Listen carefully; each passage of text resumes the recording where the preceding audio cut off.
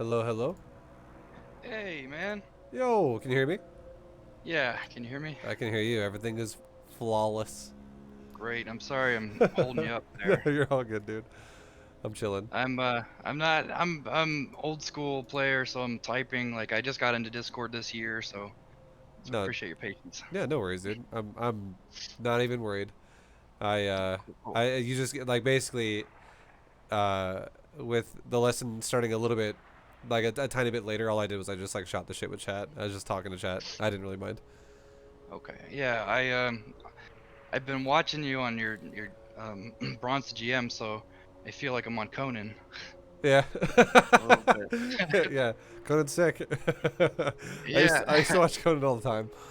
Yeah, Uh he's a good guy. yeah. But yeah, I guess just the way I always started with everybody is just let me know what league you're in, what race you are, and kind of like you don't have to be too specific about this, but what kind of a general play style you like to play? Like, are you more a Zergling player sure. if you're Zerg or whatever? Sure, sure. So I used to play random for the first, I don't know, 10 years or so. I've been playing StarCraft 2 since it came out, off and on, Yeah. with some major breaks. And I actually got deployed and I got bored and I started picking up StarCraft and I watched your videos. That's where I got back into StarCraft, and I went strictly Zerg at that point. So I've been playing Zerg for about a year and a half now, and I think Protoss was my strongest race because it was so easy. Like it seemed like they were all powerful, but Zerg was just way more fun. So I made the switch, and now I'm currently in Diamond 1, and I'm right there at the cusp of Diamond 1 and Diamond 2. And every time I get halfway up to Masters, it's like a door slams right in my face, and it's like Yeah. so I'm a Zerg player and I love macro, but as you've said in your series, I'm in that MMR bracket where everybody all ends and they're cheeky bastards, and it's just rough to break this plateau. Okay. So, is there a matchup specifically you can think of that's probably holding you back the most? You know, it used to be just kind of Terran. It was their battle cruiser Hellions, but I got that pretty much locked down with my earlier queens and my good scouting, or not good, but my improved scouting. So now it's kind of what I was hoping was maybe I could play a game and you could watch it Mm-hmm. and kind of tell me what my major flaws are, because I watched a replay earlier and I was looking at my larva just sitting there, and I was like, "Yep, there's like 15 larvae just sitting right there." Sure. Yeah. Things like that. Okay. All right. So I guess I'll just leave it to the stream really fast. If anyone is around diamond, like mid diamond to like upper diamond, like diamond two, diamond one, and you guys want to play a game, do you have a specific race you want to play against, or you do not mind? I'd rather not do Zerg because I'm pretty confident about my Zerg versus Zerg at this bracket of MMR. Okay. So either Terran or Protoss then. Yeah, either Terran or Protoss is Okay. fine. So a diamond two or a diamond one Protoss or Terran. If you guys would like to help me do a coaching lesson really fast, just log in and send me a message or let me know on Twitch if you're going to log in or whatever, just so I know if someone's going to do it. You want to do it, Zakis? Okay, if he gets on, that would be a ZvP. Cool. But yeah, I mean, I could just kind of. So what I'm thinking is I can watch you play a game and I won't. I'll try not to like super distract you while you're playing and be like, Sure. like if you want to, I can give you ideas on how like what to do. Like you can just be like, okay, what do you think I should do right now? Or I could be like, I could just give you tips on like what I think you should do if I see you're not doing something I think is important. But I don't think I should tell you like nonstop something the entire time just so I can let you kind of focus. Sure. Oh, Sure. And yeah. I've adapted. You'll see when you see me play. I've adapted some of your helpful build strategies and strategies from Bronze to GM, but I do play from the hip as well, and I don't do set build orders. I kind of just freestyle it, and that's kind of my problem. I'm starting to get more into timings, such as getting the scouts at certain times, getting my first creep going, 16 hatching, getting my tech going at 4 minutes, then my lair soon after, and then getting my gases. Okay. So I'm trying to develop a build, because not just a set build, but general timings, so that I Yeah, can, there yeah, so I there can get de- into master. there definitely is a rule of efficiency, and when you start playing upper like diamond masters, etc., you start getting in this realm of you really needing to have your like your resource allocation needs to make sense with what you want to do. So for instance, if you're going to play a game and you're going to prioritize your gas over your minerals in any way, and your build is going to be a defensive 3-base drone queen ling build, it makes no sense. But people do this Yeah. kind of shit all the time, where they allocate the resource, like they over allocate gas when they're not even doing anything relevant with gas as like a rush or a pressure. So Yeah. just being able to do that, and then being able to follow the golden like rules of Zerg, where it's like, don't let your larva ever sit there, don't let your larva cap, like make sure you spin your larva. That's my bugaboo. Okay. We'll definitely talk about that too, but Okay. just I'll give you a build that is more streamlined if I see what you're doing makes if it's like got some pickups and some holes in it. But Okay. I guess I'll just let you play this. Do whatever you think is best in ZvP, and I'll give you some like tips along the way of like telling you something is important right now. But I'm not going to try to elaborate too much just because I want you to be able to focus too and not get too distracted. Sure. Great. All right, you ready? Yep. Okay.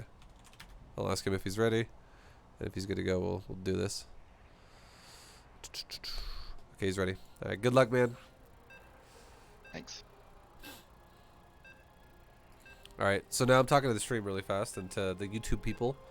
So I will still talk about what I think he should be doing, just so for the sake of when he comes back and watches this VOD, he'll be able to hear what I'm saying again now. So it's not going to be me being silent either. But realistically, most Zergs at this league, they struggle with over-making units all the time. And they struggle with what I just said a second ago. They over-allocate gas like crazy. Like, they go crazy on gas. So we'll see how he does. We'll watch it also from his perspective. So I actually get an idea of what he should be doing throughout the game. It's like right now he's missing a larva. Okay, so he made it. That was a little bit late. He almost larva capped, but he had 100 minerals after the Overlord before he was about to make a drone. ViBE, intro the players. No, I'm not casting. This is a coaching lesson. Fuck, I don't need an intro. No intro. Okay, so 16 hatch would be better. Nice, he's doing that. That is good so far. The only thing he's fucked up on really is he's not stacking close patches there, and he's also he let that larva sit there for a sec for the first drone after the Overlord. You should go to 18, I would say. 17's not the worst way. I like 18. Okay, good shit. He went to 18. This is good. He just took a little while to do it again. He like let larva sit there again for a second. So now it's gonna have over 200 minerals when he builds the pool. He went to like 245 and then built the pool. Okay. So now he should only put drones from the eggs into the gas, not actually rip off the mineral line. In my opinion, he's ripping off the mineral line. It's not the end of the world if he does that. It's one drone for a second. I don't hate it, but I would rather it just be filling up the gas with drones from new drones, not existing drones. Because again, that takes away mineral allocation, and there's no need to really freak out and get speed super fast against Protoss. Okay, so now he's scouting, and he sees. Oh yeah. Yo, Godzilla, thank you very much for the prime. He sees a core, a gateway, a core, and a nexus. If the core finishes before the nexus, you know that this is gateway before nexus. You know this is not nexus first. If the nexus finishes before the core, you know it's nexus first. This is super standard from Protoss. He got speed and he took 2 drones off gas. This is good for him. I love that he's diving in the base, but I hate that he waited to do it. So now, if this was a stalker, he would probably lose the Overlord before he got the scout anything, which would suck. Okay, so he's going for a third. He's got a couple lings that are... I don't know what these lings are doing. Lings definitely should not be attacking. I like his creep tumor. That's good. These lings should go home, honestly, I would say. Your forces are under attack.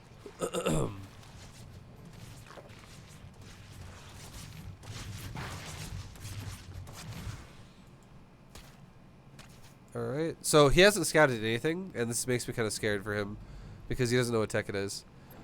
Now I'm going to talk to him for a second. Okay, so really quickly, you're playing a little blind right now. Keep droning, keep doing all that stuff, but you're a little blind, and I would say that Overlord should definitely go in there deeper and figure out what's going on. Okay, yeah, I usually try to. Like, I did go in there a little bit, and I didn't see the second pylon, so Yeah, turned definitely. it around. Definitely just dive, because and I'll say a really common thing. There's two tech paths he could be going, and it's Stargate or Council. He could be going for Glaive Adepts, or he could be going for a Stargate. It's very unlikely he'd be going for a Robo with what he's done, and the fact that he's getting double gas at his natural kind of confirms that it's a Stargate, because that's way too much gas for Adepts. Okay, good point. And there you go. There's a Stargate. Yep. Alright. But so far, not bad. Keep going. You're doing great. Okay, now he's doing gas way too fast. This is exactly what I'm talking about. This is way too fucking fast on gas. He's got 3 gases, and he's not fully saturated on 2 bases yet. Because he's building buildings now. So, we're going to definitely talk about this later. He's going to, like, if you look at his gas, he's going to have a very high amount of gas, and he's going to be teching to, like, look at his economy right now. It's under the Protoss. He's going to be gimping his own supply to go for, like, Hydras faster, essentially. This is the shit that Zergs always do to themselves, and it fucks you over. It's because Zergs think that Hydras are the answer to air units. Like, fast Hydras are the answer to air units, and it's not fast Hydras. It's fast economy with Queens. That is, like, so many Zergs struggled. That is exactly what, this is like 100% a Diamond in a nutshell issue right here. Prioritizing gas and Hydra over Queen and Drone. And Mineral. We have been waiting for new Queen Burp.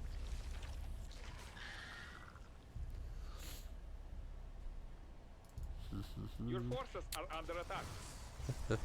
His creep spread's not bad.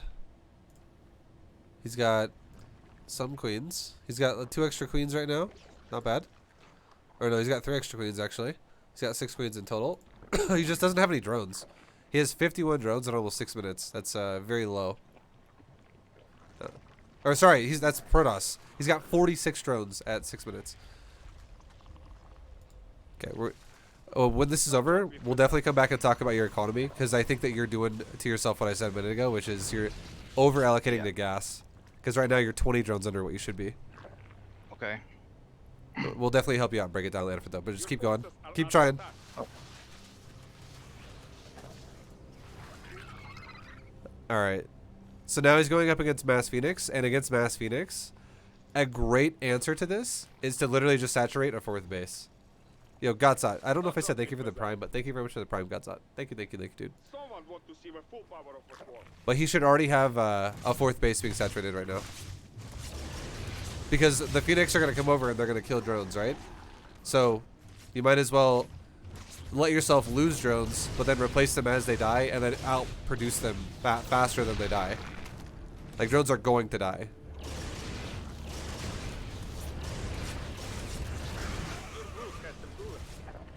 And now this is super painful. Like, look at the supply already. And look at the emphasis of, we have, you know, we got roach speed, we got 1-1 upgrades, we got a Hydroden, we got 1,000 gas in the bank. We're about to make a bunch of Hydras probably as well, which means we're not going to be making drones. So this Zerg now, this Zerg build, it's making roaches. It's effectively all in now, because there are no drones. This is a very, like, the drone count right now should be about double what it is. Around 7.5 minutes. Should be about almost 90 drones right now.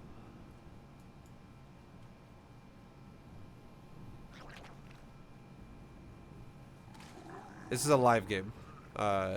He's playing Zakis right now, live. I have myself muted though, so you can't hear me.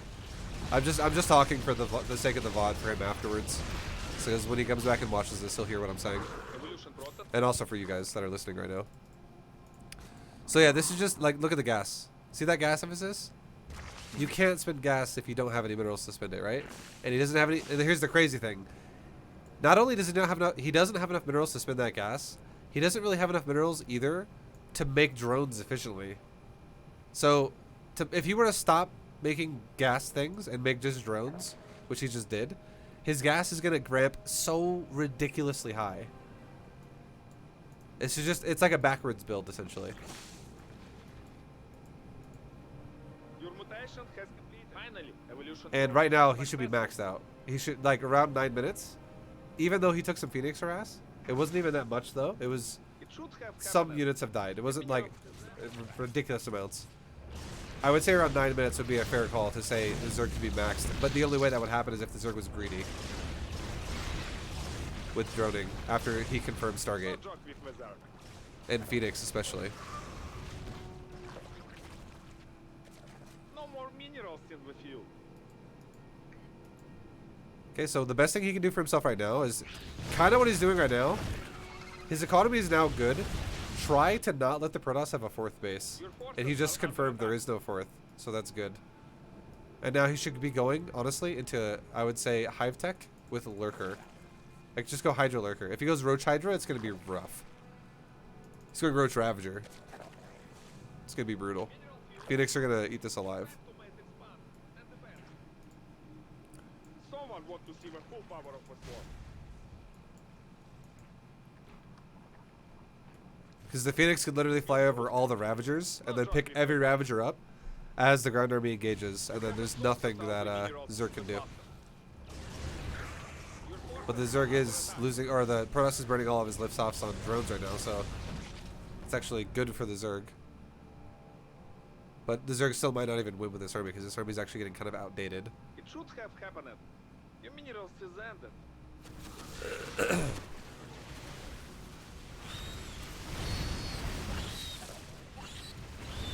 Ew. Okay, I'm going to talk to him for a second. Alright, so I would say, you're not dead or anything right now, but I would say definitely get off of the Roach composition and Ravager. I would say... Yeah, I was trying to get my Spire going. Yeah. What are you going to make with the Spire? Well, I didn't get a good scout of him. I just saw those double... I didn't see any Colossus Bay, but I did see the double Robo, and I did see double Stargate, but I need to get another scout. Okay. I would say you can go for just economy denial, Ling Hydra, Minerals in the field. and just constantly try to like take little fights here and there, but maybe don't take a big fight. But just try to avoid fighting his army and try to only kill his economy. So maybe as well what you could do is put your army in like 2 different control groups, like 1 and 2. I don't know if you're comfortable doing that. Normally I would be, but I'm kind of playing a little bit nervous. with Sure, this no, missing I guy. understand. I understand. But like right now, the only way you're gonna win this game from the point you're in is if you go for his economy, like run away. The second he gets here, don't even fight. Because if you lose units, you won't be able to replace as well as he can. Mineral field exhausted. Time to make expand. Just because his comp is better than yours, so you're gonna lose a lot more in the fight. So if you back up and make like Ravager, or sorry, if you back up and just make Hydra, I would say keep backing up. Yeah, I'm just trying to funnel him since he's stuck on that choke point, but Yeah. It's just you lost a lot of units and you have a lot of new rallies coming in, and also if you fight on creep, you can give yourself such a better. oh, see, I have this hatchery over there that has like 30 larvae on it. It happens to me all the time, Yeah. where it won't register the larva or something. Yeah, no, understandable.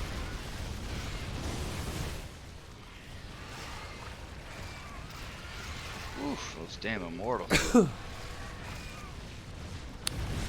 If you could clean this up, you have a chance, but it's looking dicey. With Wizard. Because the Protoss is still pretty rich. Yeah. I wouldn't say it's over yet. It's not over yet. I'd stay in it for a little longer and see if you can clean it up.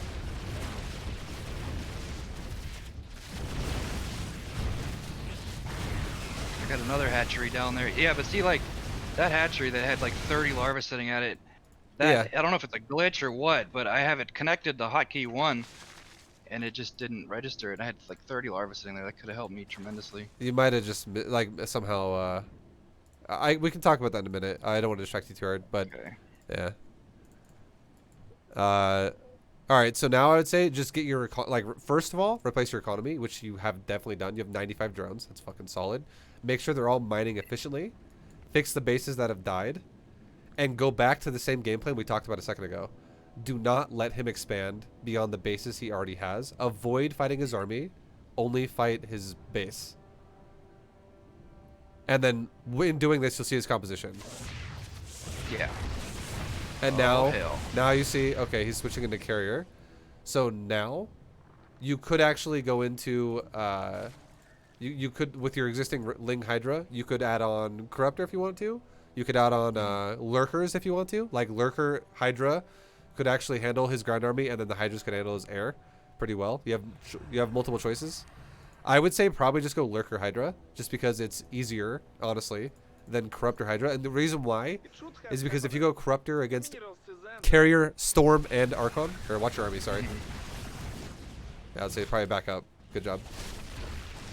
Going Corruptors against Archon and Storm is fucking hard. That's all I can say. They have to micro like a champion to avoid dying there. But if you go Lurker, you can have Lurkers zone out all the Archons and the Templar, while your Hydras just kill all the Interceptors. Especially since you have Carapace upgrades for your ground, it would help a lot. Sure. So, defend yourself, and then probably check. Now, after you defend yourself, grab like a chunk of your army, just like some Lings and Hydras, not all of it, maybe like 30 to 40% of it, and just hit like Alt 5 or like Alt 6 or something. Got it. And now send it up. You can just take that group and send it up to the top of the map, and then take the rest of your army and send it down to the bottom. And if you poke the bottom and at the same time poke the top, Pull them out of position. exactly, just you're trying to kill probes. That's all you're trying to do. So if you see his army, run away. Like in the bottom middle, run away. And well, now you know he's not there, so at the top, so you could probably do some serious damage here. And now you know you're going to drag him here, so if you make new units, you can now send the new units at the bottom.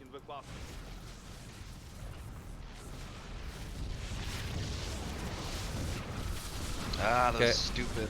It's okay. You did a lot of damage. I would say just kill those zealots and back the hell out of there. And now you probably dragged them to the north, so if, like I said before, if you attack the south, if you have new units,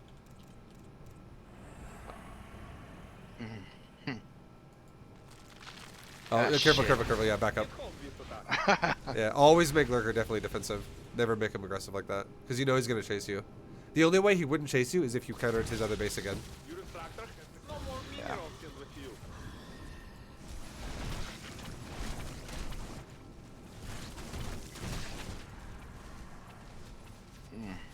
So don't fight his army. That's a losing battle. Go counter his base. Go base trade. If you fight his army, you're definitely dead. Because Hydras alone, like Skytoss is scariest if you let it have a lot of money and you want to starve it as much as possible. I let myself get into this position. Like I said, when that first opener, when I went in through those Ravagers at him, Yeah. I don't know what the hell happened. I looked at my larva. I had like 30 larvae sitting on a hatchery, and it was because it wasn't linked properly. Also, I guess, there's a much bigger problem than that in this game too for you that we'll talk about. yeah, of course. Like your That's my excuse, okay? yeah. Like your opener, but look, the game's still going. You could actually still continue. You just keep going with the same method. Try your best Sure. to multi-prong 2 at once. So drag, like he's on the bottom right now, and right now if you were to watch this replay, Oh shit. if you were to watch this replay while this fight's happening, you would notice that the top middle base he has is, or the top right, is super exposed. Like if you had a Ling run by going up there right now, you'd kill his entire middle line.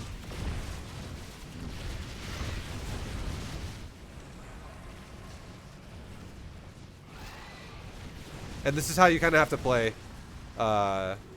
against Protoss, just in general. Okay. With like, you know, a Hydra style, basically. Yeah. Yeah, it wasn't a perfect game, but I think It wasn't bad, honestly. it's got me. Yeah, I think you're dead too. I mean, I think, like I said, if you'll see the replay, there was plenty to fix, plenty for sure. But Okay. there's a couple things that really did not help my situation, and I have a it only happens. Or go ahead. Sorry. Oh, I was gonna say it only happens once in a while. It's just the way I hotkey my hatcheries, I suppose. But Yeah. there's just like a stockpile of shit there. Of, Yeah. larva. So, I would say you are. Yeah, because of the economy he has and my composition, I think it's over. I think that you are probably going to die. Like the thing is this game could still be winnable. It's crazy to say that. You should die, but Yeah. if you start like doing like a champion, you know, the run bys we talked about, you could actually win this game still. It's closer than you think. And the reason why is because we're at almost 20 minutes, and the Protoss doesn't have as many bases as you would think he might have. He's actually running low on money. So be careful with your army movement, right? You just dragged him to the top. Now you definitely don't want to re-engage the top. You always want to drag and then go somewhere else.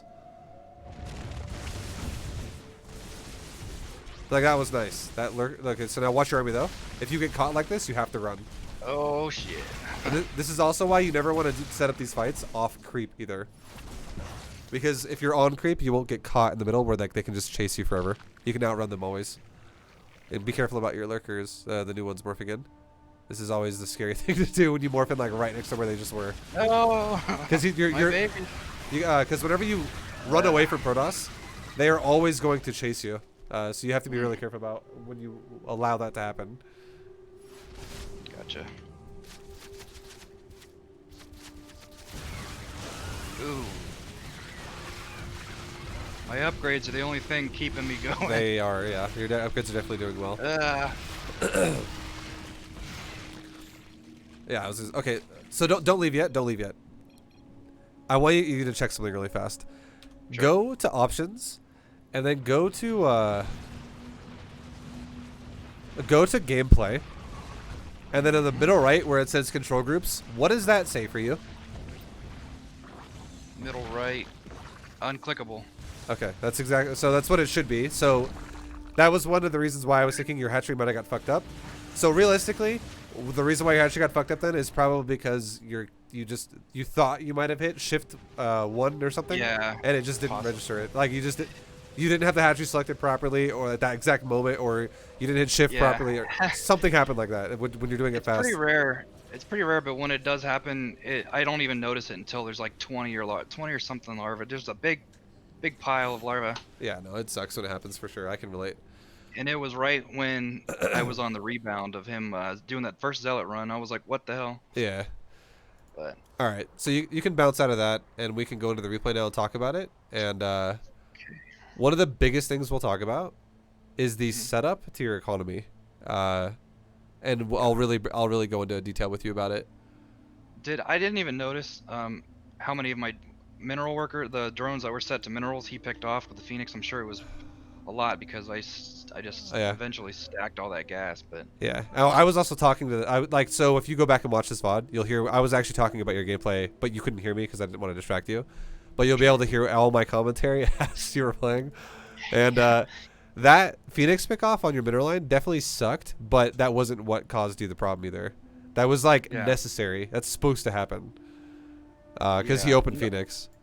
Normally, I know everybody might say this, but normally when I'm playing by myself, I shook off the nervousness after the first 5-6 minutes. But at first, me getting my proper mineral saturation is usually a little cleaner than that. I usually don't get. I kind of messed up my build because I was under the, the pressure. Yeah, I feel like this is really common too for just Diamond and even Masters in general. A lot of times, players tend to rely on Hydras as too much of like a crutch, where they're like, okay, what tech is it? What tech is it? What tech is it? Oh, it's a Stargate? All right, I need to go Hydras. I need to take gas. I need to get in Hydras now. I need to go layer. I need gas. I need to get those Hydras going. Oh, it's like battle cruisers? I need to get gas. I need to go Hydras. People just over-rely on the gas-based anti-air for Zerg, which if you do that, what it does is it makes your economy complete garbage. And so like if I'm really talking about your build now, essentially, which is a huge deal, right? About like the opener of the game. So far in the game, the only thing I could see that you did that was a little, so like in this point right now, was you actually waited to make your drone after your first Overlord. It's not the hugest deal. You didn't get larva cap it, but you almost did. You waited until you had like 110 minerals to make a 50 mineral drone, which was the 14th drone. Sometimes that might be a fluke, but normally I nail it. And it's totally fine. It's not a big deal. Like that's not the end of the world. I literally could have probably not even said that again, and it wouldn't have really mattered that much. It's I feel like you understand that. I do try to nip that in the bud, the easy stuff. And then this one, it happened again a second time here, but it's whatever.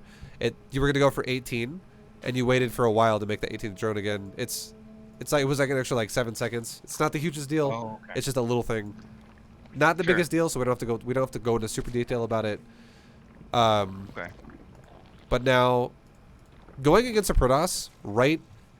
And then right here too, I would say this is another little thing. But like, if you talk about like little things, the reason why I'm mentioning them is because all these little things, they do add up over time. And one more little thing is as a Zerg player, the only matchup in my opinion, you should rip off the gas for, or sorry, rip off the mineral line for to fully saturate your gas immediately, is Zerg versus Zerg. You should not do it against Protoss, and you should not do it against Terran. You should just let new drones fill up the gas. So like how you have 15 out of 16. That should just be 16 out of 16 and 2 out of 3 on the gas. I just started doing this today, as a matter of fact. What I usually did was I get my 16 minerals on the fully saturated line, but then just today I started pulling. I know it's kind of minute, but like you said, all the minute stuff ripples, and it does, yeah. I pulled one of the right when the first 2 drones from the eggs went straight to the layer gas, and then I took one of the drones from the far middle ones, and I put that one in there, and then the next egg was gonna go replace them. So you know what I mean? They kind of cross each other, but to get the gas a little quicker. But the only reason why the gas being quicker would matter is because you want to do a speedling timing, or you want to do like a Bane bust or a Roach push. Like if you wanted to do something aggressive, or like a fast layer to do like a Nidus all in or something.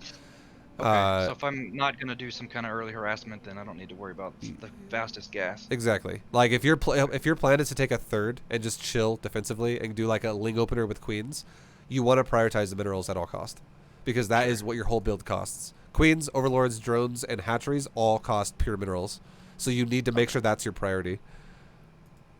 Gotcha. And then so again, all these things that have happened so far are not even the major part yet. It's all minor. Yeah. And when I play, like I said, it's a little different when you're not under the pressure, but usually I'll get a little better mineral saturation, and I'll usually get 5 or 6 queens. I don't think I even ever reached 6 queens on this game, but that wasn't the big reason I lost. But yeah. Honestly, even at me, when I play, a lot of times when I'm against a Protoss, I would say extra queens would matter this game, and they'd be fine. But a lot of times if I play like a Robo, or if I play like a Council Protoss, I stop at usually like 4 queens, and I just call it a day. And then I rely more on Roaches and Zerglings to deal with it instead.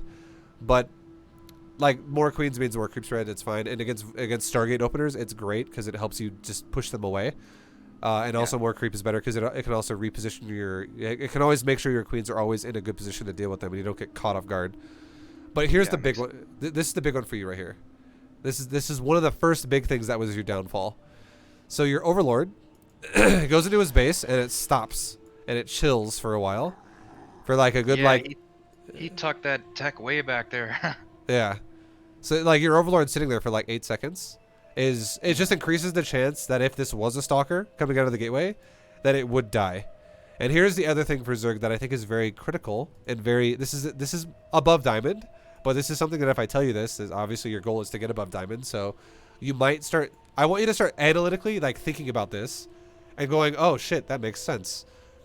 So right now, if this was Terran, a Terran can make a Reaper right out of that barracks, right? And they can get to your base right away. So you definitely need to make 4 Lings out of your hatcheries the second your Reaper, the second the Reaper is out, because otherwise it sucks. You're like, oh my god, this is terrible. My drones are dying. But against Protoss, if you don't plan on running your Lings across the map behind whatever he sends at your base, because he might not even do that, right? He might be the kind of Protoss player who just sits there in his wall and just doesn't move out ever, and he's gonna go for really fast tech. But if you do make Lings early, you should only be making them like right when the pool's done. You should only be making them for the intention of going to his base right away, because the reason why is if you look at this, look at when your pool's done. So we'll go back and we'll go right to when the pool finishes. Okay, why is it lagging so bad? Okay, so it's at 2:04. Your pool's done, and look at his core. The core is not even finished yet. So he can't even make a unit that would be harassing you, other than a slow zealot, which you can clearly see he's not making that either. No one really ever makes a slow zealot if they're going to play standard. A slow zealot is usually a response to a Zerg 12 pulling a Protoss. It's not usually ever anything else. Or if I guess if it's like the Protoss just doesn't have an expansion and he's like, fuck it, I'm going crazy on the gateway aggression. But like right now, the fact that he can't even make a unit means not only do you have another like 10 seconds or so, or 8 seconds, until the core is done before he can even start a unit, but then the unit that he's going to make won't even pop out of the gateway for at least another like 20 seconds, because even if it's chrono boosted, it'll still take like 20 seconds to pop out of that gateway. So you have roughly almost 30 seconds from right now before the unit even pops out of the gateway. And then he has to cross the map. And if he wants to cross the map, he won't be able to cross the map. He won't be basically, he won't have a unit in your base until roughly almost 3 minutes. Like 250 to 3 minutes. Yeah, so part of the reason I guess I do that still is I got into a general habit of getting the lings out just because for scouting, and usually I'll put one at the third possibilities and send one to the front. But are you suggesting that I know he's not going to make anything, right? That's going to hit me within 30 seconds guaranteed, so maybe I could have droned a little bit quicker, faster? Yeah, I want you to make lings once you confirm there's no stalker. And if it is a stalker, I want you to make drones. Because think about this. Just think about this, okay? If you're Overlord, because again, if you know the build time of a stalker or an adept is 30 seconds, and if you know that if it's chrono boosted, now it's only 20 seconds because it takes 50% of the, it makes it go like a bit faster. It's not actually like 50% production. It's like a third off. It's basically, it's just 20 seconds for a stalker. And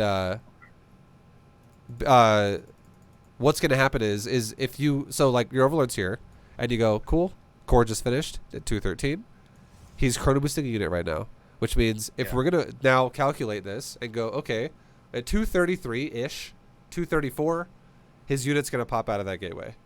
So now, with that being said, if I move my Overlord into his base, if I go away from the gateway, and let's say that now the gateway's fog of war and I can't see what pops out, if it's a stalker, he's going to kill your Overlord. He's not just going to run to your base with the stalker. But if nothing attacks your Overlord, it's going to be an adept. Because why would he ever run an adept at your Overlord if he can't hit the Overlord, right? So if you were to go, okay, if my Overlord's getting hit by around like 237 to like 240, it means his stalker popped out of that gateway and he walked down to your Overlord and he started attacking it. And that means you don't need to make lings because he has a defensive stalker that has nothing aggressive. So that means you could be as greedy as possible. And you know what that also means? Because you sacrificed this Overlord and you didn't make lings early, the amount of time that has passed over the game here that is confirmed you didn't need to make those lings early on. Those could have been drones. And now if we go, just really quickly, if you go back to right when you made lings, check this out. I don't know why it keeps is your computer lagging? Yeah. Okay. It just says sorry. Yeah. I'm like breaking your computer right now. I have high speed, I swear. Okay. So I want to see right when you make the lings. You're making the lings right. There's 2 right there. Okay. And you make 2 more. Let's see it. Okay. So you had 2 lings now in production for 11 seconds, and you've had another lings now in production for about 1 second. So at 2:14 and at 2:24 were your lings now. So and realistically, those drones take 12 seconds to finish each. So you're going to be getting about a mineral per second 12 seconds after that. So that'd be 2:23 and 2:33. Okay. So now, I'm gonna write it down for just a second. 2:23 and 2. I'll make sense of this in a second here, okay? So those would be when those 2 drones, instead of lings, that's when those 2 drones would have popped out. Now if we speed it up a little bit and go back into where we just kind of were, then we're going over here. Now you're so there's a probe in front of your base, and that's, you know, that's just normal. That's fine. It would be impossible for there to be an adept across the map right now or a stalker because it just spawned. So now if you go, okay, Overlord has not been attacked yet by an adept or by a stalker. So clearly this means there's an adept, and that would mean there is no there's 2 things that go with this. Number 1, there is 0 pressure on your Overlord now to scout deeper into his base. You should definitely commit deeper and go, what are you doing? Like, where is your tech? Because here's the crazy thing too. If there is no tech in his main base, that is a lot of information as well. Because if there's only 1 pylon in his base and that's it, that would mean that you're gonna still you're still making lings now for the adept, but you're going to probably also want to scout like the edges of your base because there's a good chance you're getting proxied. If there's only 1 pylon in his base, that's fucking not normal. So now I usually catch stuff like that when it happens. But this guy, like I said, I dove in a little bit as you saw, but way shallow, I guess, compared to. I probably didn't even see his gas saturation, but yeah, I bounced out of there just because of probably the nerves. I think but also I usually look for that pylon. I didn't see one, so I was like, well. I think you're better go afraid of. see what's I going think you're just afraid of losing an Overlord to a stalker, which is what most Zergs think. They're That's like, really not it. Really, it just seems like if I didn't find it here, which I knew there was a second pylon. There always is, of course, but I thought that he might have teched up by the first pylon. That's what I doubled back, and I was unlucky. There was no tech up there. okay, because I would say it's huge as well. Not like there's so much information too. You can see off everything in the main. Because again, second pylon is massive. Because you got to realize as well, if the Protoss player has a second pylon, it's in their best interest as well to put their tech there. Because if they put their tech down at where the second pylon or the first pylon is at the wall, and they have to run all the way from the main base to go down there, it just makes a lot more loss of mining time. And it's just inefficient as fuck. Because the thing is too is and the only way they could rush it as fast as what you're scouting is if he actually built nothing. So check this out too, okay? Watch, this is another huge tip. There's so many like little details you can read out of Protoss. Watch this really fast. Look at his core right now for just a second, and look at his gateway. There's nothing happening. This means there's not the core just finished, obviously, just now. But if there was nothing being built for the next like 5 seconds out of either one of these buildings, I'd be like, okay, this dude is totally rushing tech, and you know, if you don't clearly see it at the first pylon right now, it means it's definitely being thrown down at his second pylon. But if you see him take an upgrade on the cyber core, and you see him also do a unit on the gateway, there is no chance that he could rush tech as fast as what your Overlord would have wanted to have seen to like turn around. Like, okay, that's not entirely true. It could have been thrown down then because it's a bit later. But I would say the worst idea for you to have would be to go back and look at his wall, because you should always expect someone to throw their tech down at their second pylon that's going to be near their nexus. Like, it's no Protosses in general don't usually like to expose their tech either, because if their tech is super exposed and it just dies to like a Ravager timing or something like that, it increases the chance that the Protoss is going to die.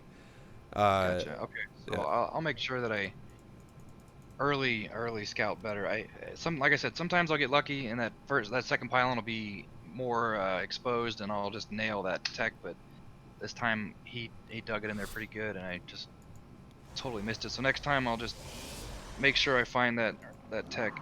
Yeah, and look, do you see what you see as well? Really fast. Look at his cyber core really fast. This is another detail we could have talked about earlier. Well, we're talking about it now, obviously, but watch the cyber core. So that cyber core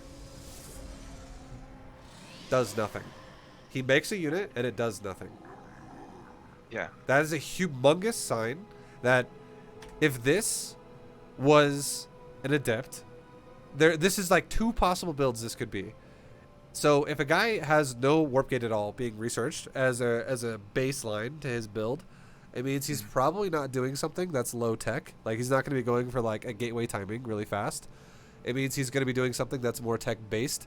And one build that really, really, really pairs with gateway is a robo. Like, you don't really usually ever see a Protoss just go across the map really fast with a super fast robo with only robo units.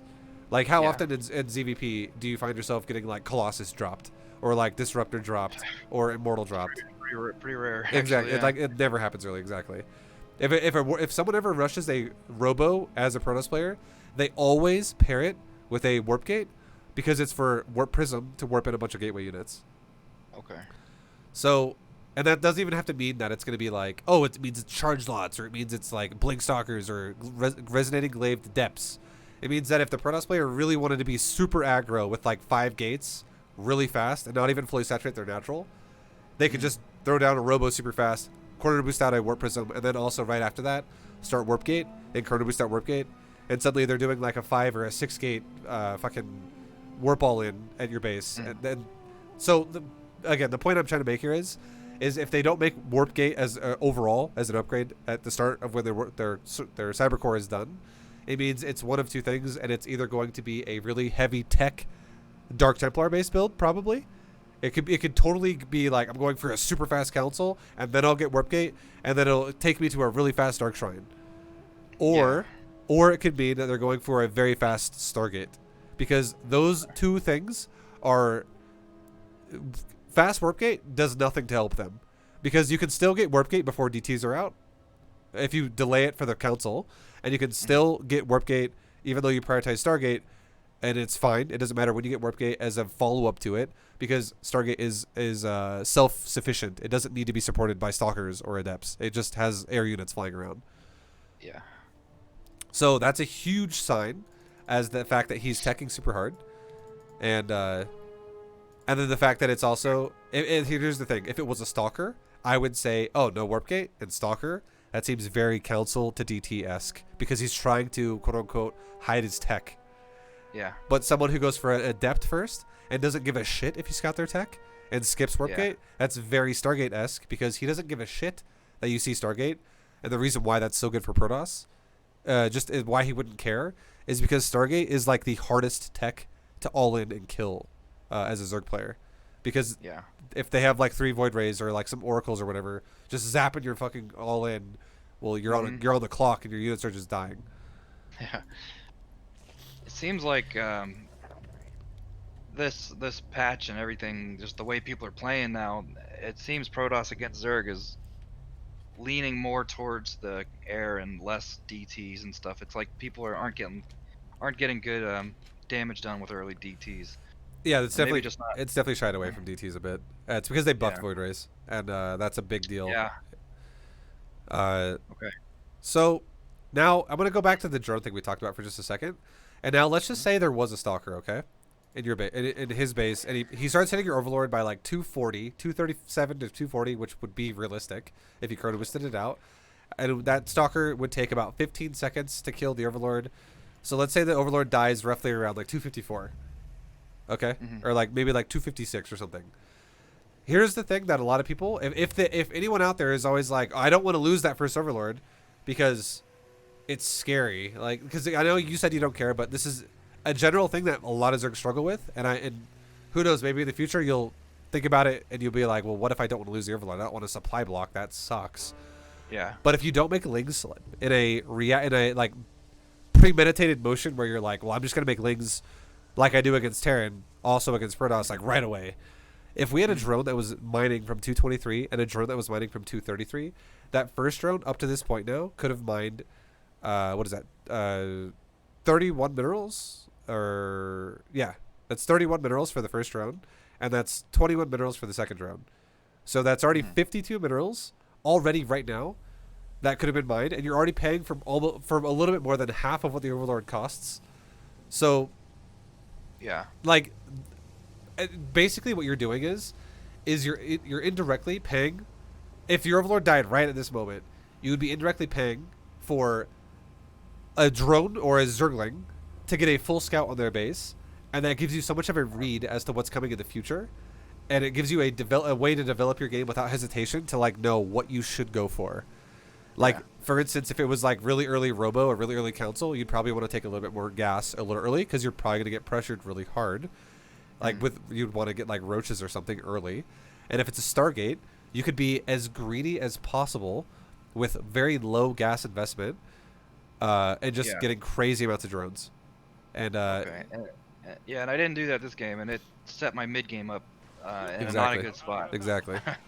And now if we go a little bit faster here, so we have an adept that comes across. Well, this is whatever. It kills 2 lings. It gets out. That's pretty fine.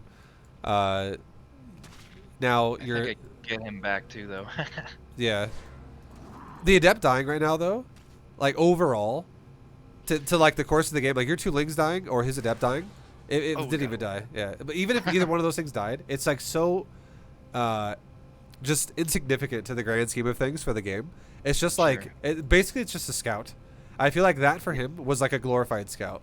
It was like, okay, is the Zerg making roaches right now? Is the Zerg going for crazy amounts of lings, or is he making creep, or is he just going mass injects?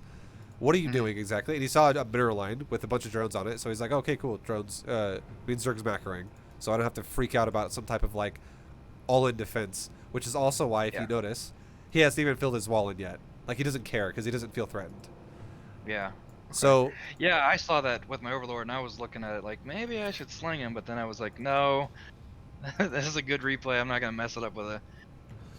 yeah, exactly, and that's also another thing too, where if you did go for just like a speedling flood, and all he has to do to counter it is make a shield battery, and if you knew you were expecting him to be going for a Stargate opener, that'd be the worst thing you could do, because if you're like, oh, okay, well, I just made like 40 lings, and all he had to do was make a shield battery, and then now there's like a Void Ray just roasting my lings with the depths behind the wall with shield batteries healing them. Okay, this is not going well. And then suddenly the Protoss's probe count's like 48 and yours is like 32. And you're like, okay, well, we're fucked. Yeah. Yeah, I try to go macro in almost every game nowadays for that reason, just because it's just not worth it. And the only time I do go all in is going back to your bronze GM. It's like a heavy like 8 roach plus heavy slings, but I have to scout and make sure that it's worthwhile first as well. Like if you're gonna go for an all-in against Protoss, you kind of need to be doing it from the beginning, not rotating into it, because it's never gonna really work. I would never rotate into it. I always plan it or I don't after I send that first OV. Yeah, it's hard to just counter all-in Protoss as a reaction. The only way it really works, like if you counter all-in Protoss, is if they do something aggressive to you, like for instance cannon rush you, and then it miserably fails, and then you counter all-in them. That would be okay. But if you just see them macroing and you go, okay, well, you seem to be a little bit greedier than you should be, I'm going to all-in you now. And suddenly he makes a gateway just like that. And you're like, ah, fuck. Okay, well, I'm dead now. Yeah, I've been there. Okay, so now look at your, we're looking at your economy here. You have a lot of minerals in the bank. And this is that moment where, you know, it's... We'll actually back up for just a moment here because your minerals got kind of out of hand there really fast. I want to see when your third base got thrown down exactly.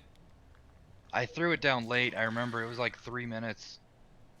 Honestly, your third, not that bad. Okay. You have it's pretty proper because you got your larva spent for the most part. Like you got 1 on the base, which is totally fine, and then you're taking your third base right around 30 supply. So this is a solid third. It's totally fine. But like from here, what happens? So you're making some more larvae, you make another queen. Again, so far perfect. I think you got carried away with chasing the adept. And you really tried to like focus on, like you changed the game plan to be like kill adept, kill adept, kill adept, kill adept, and you stopped macroing for a moment. And like now you have larva stacking, larva stacking, larva stacking. You're about to supply block. Oh, you have an overlord though. That's my biggest thing that I always notice, my larva stacks. Yeah. It's because I think you tunnel vision a little too much. And it gets worse. It's going to get worse. Just definitely try to avoid the tunnel visioning aspect of it all. And like don't think that killing 1 unit is going to end the game for you. Like definitely think that your growth of your build is going to really be what ends the game. But like right there up to this point, it was actually okay. So you actually didn't tunnel vision too hard on that. Like you did tunnel vision for a moment, but you did not larva cap. But you did let your larva sit there for a moment, but you eventually spent it. So not the worst. But right now you go back into this like cap mode again. Like you go crazy on no macro here. So like right now, I would say first things first, to do, like, one of the big things to do here would be, I would definitely tell you to make another queen. Another thing to do that would be a nice thing to do would be, you can see with your Overlord that he's got multiple depths. And he's still making units out of that gateway, but he's got multiple adepts here. I would definitely say, as soon as you got all your larvae spent and you had a little bit of excess money, highly recommend making a Roach Warren just in case you need it. You don't have to use it, but it's like an oh shit, I need it in case the Protoss player does a build where it's like, what if he comes across the map with like Stargate first into a Council second, and he has like one Void killing Overlords, and then he like maybe like pokes you for a moment, but then he has 8 Resident Engraved Adepts, and you're like, oh fuck, okay. I try to get I'll just say this one last time. My butterflies were affecting my gameplay a little bit, especially the first 4 or 5 minutes. But so minor things would have been sharpened a little bit. Sure. Besides that though, my Roach Warren is usually 4 minutes. I strive to right around 4 minutes, and then I usually get my second gas. That's a bit late. I would say take your Roach Warren around like 340. What about against Terran? Is it the same timing? Because I base that off of Terran. I try to get it at 4 minutes. So against Terran's a little different. It really so with Terran, you're gonna be constantly making queens out of like multiple hatcheries, and that's gonna be really what spends your money. So 4 minute Roach Warren against Terran's totally fine. But you don't need to make as many queens against you do against Terran against Protoss. Okay, so I'm just gonna take some notes here. I got a pad and paper. So against Toss, I suppose. I definitely would say like a 330 Roach Warren. A little quicker Roach Warren, 330, and then maybe not as many queens. Which this game I actually had like 4, so that's probably proper. If you know it's Stargate, you could definitely take some more and it'd be fine. If you saw Void Rays or Phoenix, you're totally welcome to make more queens if you know it's a Stargate. Sure. But if like for instance, if you're going up against like a Robo or a Council and you were making like 8 queens or 7 queens, I'd be like, okay, you're getting a bit excessive on the queens. And I used to try to go Slingbane Hydra, but I've been going more Roach against Protoss as of lately. But I still go Slingbane against Terran. Yeah, that's good. Roaches are just a solid unit to open with against Protoss. They're very durable. Roach Ravager is also really good at defending all-ins. Not so good at like for instance when you did Roach Ravager this game, you definitely missed the timing of when they were effective, and you're also using them aggressively, which is not as good in my opinion. Definitely better defensively on creep. I think I panicked because I looked at my resources, total gas and minerals, and it was not proper, and I was like, I better do some damage. Yeah, we're definitely gonna get to that point in a second, because that's we're almost there. We're like the biggest thing I was talking about last game that fucked you over. We're getting into that point right now, and it was when you took your gases, and then you just overcommitted to like no drones. So because you just took too much gas. So yeah, like 330 Roach Warren will keep you safe from a lot of different potential pressures he can do, and it looks like he could do it because he keeps making adepts. So he could totally go for a really quick Council after the Stargate, and then go into, or for all you know, he could have gone Council first because he didn't figure it out yet, and that could have happened. It probably wouldn't have happened because it probably would have been a Stalker first, but it could have been. And if you don't have a Roach Warren at all, there's a good chance you're gonna die. Evolution process successful. And right here, I saturated my gas again at like 330. I usually don't take my second gas until 4 minutes, but I think in this game I popped 2 gases down at the same time, which I don't normally do that. So 4 minutes again is a bit extreme, and even against Terran. I would say you shouldn't base it off of time. You should base it off of drone number. And you definitely should take your retake your gas in your main base when you're fully saturated on 2 bases on minerals, but don't rip off a mineral line to do that. Like build new drones to saturate it. Okay, so retake my first one at 2 base saturation. Yeah, so 32 drones on minerals minimum. Yeah. And then you don't take gases 2 and 3 until your third base has about 8 drones on it. Okay. So you definitely want like a good saturation of mineral line at your third, and then you take gases 2 and 3. And the only reason why this makes sense is because you don't need to make roaches right this second. You don't need to make hydras or banes right this second because you've confirmed you are not getting all in. If you were getting all in, I'd be like, definitely take those gases. This dude's doing a 1 base all in. You need those fucking units like now. But he's doing a 2 base macro build. It's making probes constantly. He's making all of his gases as well. Protoss is a little different. Protoss can definitely take the gases a little earlier, and it's not a big deal. But For Zerg, if you see your opponent is just macroing, and your plan is to go for a creep spread with a third, you definitely want to make sure you're maximizing your minerals as much as possible. And the only thing you need the initial gas for is a layer. And then you start, once you have a higher drone count, and your tech is evolving at the same time, you then can explode your gas at layer, essentially, which is roughly what we're talking about with those drones. If you take 2 more gases at like 8 drones or like 10 drones on your third base, you can now, those gases start becoming active around the time when your layer is probably going to be like 75% of the way done. Okay. So it's like you'll start having a gas explosion. Hey ViBE, welcome back. As you get into, you know, your layer gas expenses. Yeah. And then this was this Oracle. Yep. I don't even recognize that skin. It came in like a transformer or something. I was like, what is that? Yeah, I would say pretty fortunate that he decided not to kill any drones, for sure. I thought the same thing when it happened. Yeah.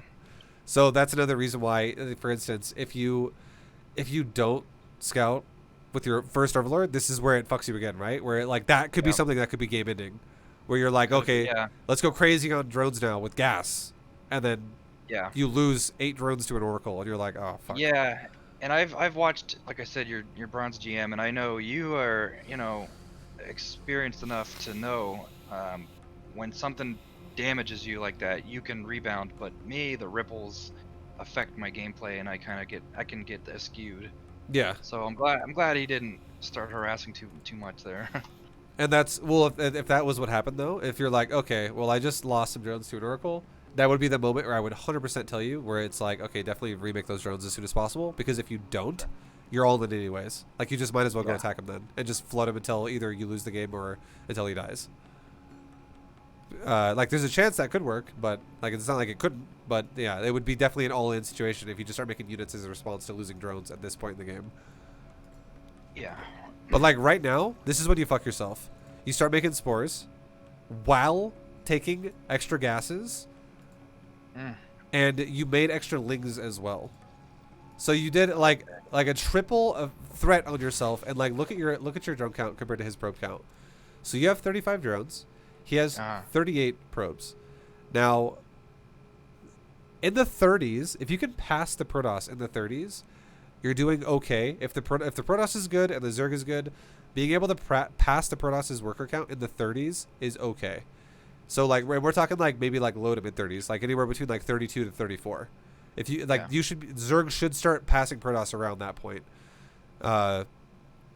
Especially since he hasn't even been as greedy as he possibly could.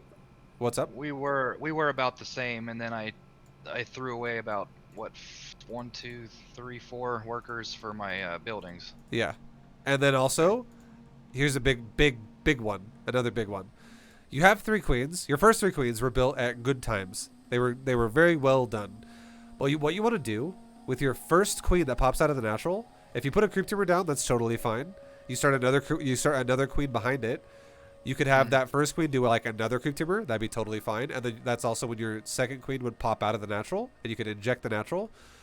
That queen. So when one of these 3 queens, so one of the 2 queens at your natural that's excess, should go to the third now, and go become an injector. So right as the third finishes, it insta fucking ejects, and then your 4th queen continues to creep spread. Because what you're doing right now is you're actually just waiting for like the third base finishes, and then you start a queen, and then you wait for that queen, and then you start using it. And all this does is it guarantees you miss an entire inject. Like a little bit more than an entire inject, because it's actually 7 seconds over what an inject is. Yeah, I think normally I commit the first queen that I make in my natural. That's usually my as you can see in this game, that sucker's gone on a mission just to spread creep, and I might have gotten carried away with like I said, just trying to, like, I've never played on stream or anything, so I'm like, oh, no, it's totally good. Yeah, no, I totally get the stress effect of it. It's all good, dude. I'm just making sure you know these things. But normally, though, you're saying though, because normally, even though I'm saying that, normally that sucker is usually gone, like she is over there spreading creep. But I should send her to the third, because she has extra energy now, and then the next one maybe could be my new creeper. You have enough time. If you want to use the first queen, that's fine. If you want to use the second queen, that's fine. The first queen that pops out of your natural has enough time to cast 2 spells and then go inject the third. If you use the second queen, it has enough time to cast 1 spell and then go inject the third. So either way, you want to have a queen at the third as it finishes, so it is auto-injected right when it's done. Okay. Yeah. And that's it's just another thing that's fucking your larva up, essentially. Okay. So, because like right now, it's gonna get even worse in a minute here. Like this, your drone count starts getting really stifled here for a little while. And like now you're making your layer. Now you're making 4 overlords. Now you're making your roach Less horn. than 3. No joke with Wizard. When your roach horn is, I know it's nerves and shit, so it's really late. But like, if you saw Adepts, and if this dude decided to Adept attack you, you very well would take a lot of damage right now if you wanted to. Yeah, I'm sure it would. Yeah, it would wreck my Zerglings, my 3 or 4 Zerglings. Yeah. And then 300 there. yeah. And now we have Overlords are done, which is good. More queens are starting. And like I would say, right now, I'm not gonna say, oh, I hate it. I would say it's okay that you're making more queens simply because you went Stargate. So I'm not gonna really critique you too hard on that.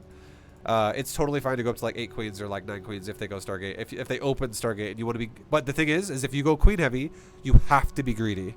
You cannot be safe like in terms of like your gas rush. If you make a lot of queens, it has to be greedy if they go Stargate first and you want to just go queen as a response.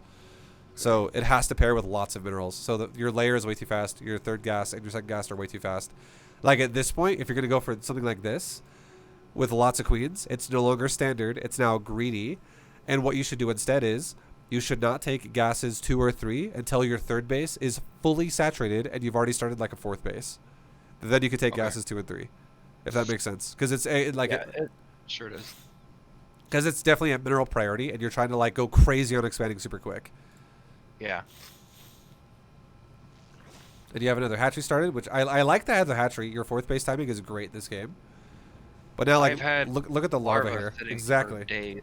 Yeah, I've been watching that. 13 larva, and exactly, like, it's been sitting there for a while, which is why it's at 13. And you haven't even injected your third yet. Your natural inject is like another, that looks like probably like 6 seconds in. Your main base inject is like 2 or 3 seconds in. But like this larva has definitely been chilling for a long time. So you have 6 larvae, all the natural, and that's, your main base has 4. And your third base has 3. Like every base is capped, so you're generating nothing right now. And I don't know what I was doing or looking at.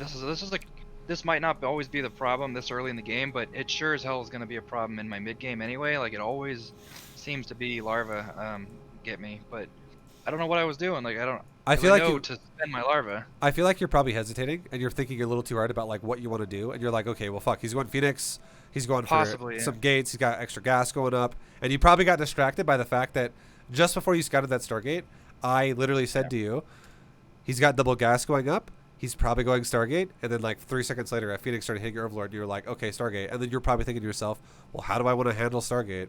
Okay, what should I do here? And you were thinking like, okay, well, I guess I'll go Hydras. I guess I'll take a 4th base. I guess I'll make more queens. I guess I'll make spores. And then it was just like, you're thinking really hard about how to counter Phoenix, and it's not automated for you. So you don't realize it when you're thinking so hard about how to handle Phoenix that you're not actually macroing anymore. Yeah, that makes sense. And one of the reasons that I jumped to this game, it doesn't demonstrate it, but I usually jump to things like Hydra or things that are just quick and stuff like that. Is because I play a lot of 2s and 3s. I'm new to 1 vs 1, so yeah. In a 2s game, you need you just need units on the board. So I usually go for like the Hydras, and even when I see Phoenix, I don't have that natural instinct of what I'm gonna build. Like you said, I hesitate. Yeah. Your forces are under attack. That makes sense though. I'll try to macro while I'm pondering. Yeah. It just needs to be automated. And to be honest, I'm actually gonna say you don't have to even worry about, like, just for now, just do a simple 4 queen build every game against Protoss, okay? Regardless if it's Stargate or not. Try not to make it. I'm gonna literally make you a build and not make it so up and down, up and down, up and down. If you want to revisit these ideas later once you're really comfortable, that'd be totally fine. Yeah. But just to make it not confusing for yourself, after this game's over, I'm gonna literally make you a build. And Zakis, if you're still listening, I want to actually play you again, and you do the same build you did against him, against me, if you wouldn't mind. And I will just literally do as a response what I think would have been good here for our boy, and then we could go into fucking that'd be awesome. Yeah, Watch just the proper procedures. yeah, just like the macro element of like what you should be going for, and then so because like right now let's write it down really fast, okay? Because these are huge numbers that like represent a lot. So at 6 minutes exactly, you're at 72 supply, and you are at 45 workers. Okay, that's all we're gonna write down. 72 supply, 45 workers. And then that, like, this moment was that moment, like, if you go back and watch the VOD, right now, this is when I was talking about how I could see your build is at a very negative state. Like, it's super behind where it should be. And it's because of all the, the gas emphasis you did, the circling emphasis you just made, the overqueen emphasis you made, the larva in expense. The larva is definitely fucking you over the most, because you have, again, right now, 20 larvae sitting there. Yeah. I'm in the double digits. I could have had, at least my caps that I'm aiming for, like 66 by 6 minutes. Like, I had the larva sitting there waiting. Yeah. And then I didn't rebound from this very well. I kept my damn guys on gas. My gas grew out of control. Exactly. That's exactly what we're talking about, and that's exactly true. You put yourself to a point where you had almost like 1,700 gas at one point because you were just trying to like spin your resources, but your gas is growing at such a fast pace, and if you try to spin your gas, it's going to guarantee you have no resources when you need to spin your minerals to make more minerals right now, which will make your gas explode if you don't fix your gas. That's a good point. Yeah, the fastest thing I made more drones to resaturate the minerals than I the fastest thing you could do to fix this would be literally to just rip gas off of your main base, 3 of them, put them back on minerals, literally probably even rip off gas all off your natural and off of your third, and put it all over that third mineral line. And then resaturate mineral lines first, and then gas again after. Okay. Because mineral is what makes gas. Gas is what gets used with a good mineral, and also then its own gas. But if you have bad mineral, you can't use gas anyways. So here I scouted them. I saw those double robos. I didn't see whatever. I can't think of the Colossus building. The Robo Bay. Yeah, the Robo Bay. So at that point, I thought to myself, he's probably going to go heavy Immortal and Zealots, which looks like I kind of that sort of, right? The heavy Immortal part. Are you comfortable with lurkers right now? That is one thing, man, that I truly need. I need work. I do need work on lurkers. I can get them. I can get the timing on them, but I can't use them very well, so I just usually steer away from them. But then you suggested it, and then I threw it down, and it was too little, too late. And I already had a Spire going, and I was like, ah. How often do you use control groups, like for your army movement? You don't want to know. Because I feel like it's never. Because I think I'm one of those F2 or whatever. Okay, so I would. Well, like homework for you, I guess, would be I highly recommend you start learning how to use 2 control groups.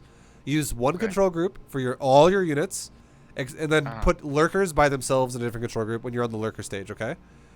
And when you want, that's one way to play. That's like your lurker stage. The other stage of the game will be use only one control group for everything until you want to do what I just told you a minute ago, where you can try to do the multi-prong thing. Like if you ever see a Protoss has more bases than you're comfortable with, where you're like, okay, this dude's on fucking 4 bases already really fast, and that's a lot. I want to try and break that. Try to like just green box like half your army and hit like Alt 5 or Alt 6 or whatever. Just like, the steal command? Yeah. Okay. Yeah. So you just, you delete half and add a half to the other group, and you go, one group hit, you lure him into the fight, and as soon as he's there, you run away. You do not try to take the fight, you just run away. And you take the other half of your army, which is the other half of the map, and you attack the other base that's exposed now. And while you run away, he will now turn around to go defend his other base. And then you wait until he shows up at his other base, and you run away, and you go back with the other half of your army, and go back and attack his other side of the map again. You literally pull him to the wrong base, and you attack the other one. Over and over and over. I've messed with doing strategies like that, and sometimes I'm very successful, but sometimes when I'm in a scrappy game, and this game was a little scrappy, as you can tell. I was scatterbrained, so things like that were a little bit stretching my focus, but usually I can I hotkey like my like say my lurkers, it would be one number, and then my casters would be another number. But I'll try Yeah. to work on my army units as well, like you're saying, because usually I'll green box. Like if I'm in a control of a game, like anybody, you just play better because you know, you're like kind of like Orange in this game. What's his name? Zakas. He's kind of got. It seems like he's more comfortable, so he could maneuver better. I was just scrappy, so I'll try to not. Yeah. Like I was trying to green box it, and then I was trying to set my rallies to go down south on the map Yeah. there. Because another reason why it's really good too is like, let's say you have a group on 5 and 6, you could literally go double tap 5. Now you're looking at group 5. You could run away with group 5 on the screen. You could double tap 6. You're back on group 6. You could micro your, like you could right click your guys into the middle line a little bit more efficiently than they might be doing, and now you're really destroying the middle line harder than what you were a minute ago because you're not like caught up on like a gas or a gateway or something. And then you could just double tap back and forth, back and forth, back and forth. And you can always, as well, you can go, when you do a macro cycle, you could always do like 1S roaches or 1S hydras and make like 20 hydras and go shift 5 or shift 6 or whatever groups you want to put them on. And now suddenly they add into your whatever group you're doing. So like you could reinforce those groups like that way as well. But... And I would say that's the style you should do before you have lurkers. Once you have lurkers, then what you should do then, once you have lurkers, is do a group for your whole army and do a group just for lurkers. But maybe every once in a while, when you're gonna like set up a siege push on your opponent's base, where it's like, okay, I got like 8 lurkers or 12 lurkers and a bunch of hydras behind it, and I'm pushing his 4th base. What if you make like 30 zerglings, and you just hit like Alt 9 or like Alt 8, and in case they're in your main army, just delete them out of it, get them out of your group, and you don't have to ever control them. Just delete them out of the main control group so they're not part of your F2, like select all bullshit. And then all you would do is you would just so you could set up your lurkers, and you could just tell your zerglings, and you select them once, right click his mineral line at the other side of the map at an exposed base. And if it does damage, wonderful. If it doesn't do any damage, well, you didn't invest a lot into it anyways, so who cares? But chances are it's going to do a lot of damage if you're keeping the Protoss super busy with a lurker Hydra push, where it's just like he's like fucking stuck on that at the moment. Okay. And that could be all of your techniques right there for now. I guaranteed if you get good at them, that takes you so far. For a lurker Hydra. When I play against Zerg, I feel like I have more control on things like that. Like I can control group, burrow, move roaches and distract them, and I could triple prong them. But when I'm playing Protoss, especially Protoss with their air, they really throw me for a loop. Yeah. Well, you're doing the right thing if you're gonna go Hydras by getting Carapace and weapons. That's fine. This is definitely not the right move though by going Roach Ravager. You definitely don't want to do that. What this did, if this was Hydras now, you could have had a, like, if you were already doing the maneuver tactic where you're like, hit the 4th, hit the 3rd, hit the 4th, hit the 3rd, you could have prevented him from taking a 4th. But by going for Roach Ravager like you did right now, all you did was you put yourself in a situation where you're basically giving the Protoss like 2 minutes of time. You just donated him 2 minutes to go, well, I have Roach Ravager, you have a bunch of Phoenix, and a lot of Immortals. So I'm going to lose this army that took me 2 minutes to make, and I'm now going to give you time to now switch into Sky Toss, which is what he's doing. Like he's starting to, like, you know, he's got Immortals coming too still, but he does switch into Sky Toss right after this, so you give him time to set up a 4th, and he's able to afford Sky Toss. Yeah. So just know when that I was doing this, I felt really uncomfortable. I felt like that army's not going to get much done. You definitely should be, because this army sucks against Stargate. It's really good against Council-based players. It's okay against Robo players. Not so good against Stargate players. Well, and especially I was thinking this is like a defense army against ground. Not really my attack. It shouldn't be attacking with this off creep. Yeah, definitely should. This army sucks off creep pretty hard. Against Protoss. There's so many things Protoss can do to this army, especially if they open Stargate. Because like right now, he could fly over here and pick up every Ravager with the Phoenix. And you're like, ah, fuck. Yeah, as soon as he gets there with his Phoenix, I'm lucky that actually went as well as it did.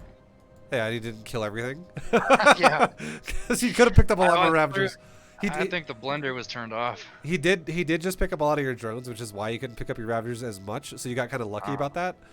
But Yeah. if all of his Phoenix still had full energy, he could have just picked up every Ravager, and you would just all you would have that is roaches fighting like almost equal number of immortals. Be like 20 Yeah. roaches fighting like 12 immortals or something. Yeah. David versus Goliath. Yep.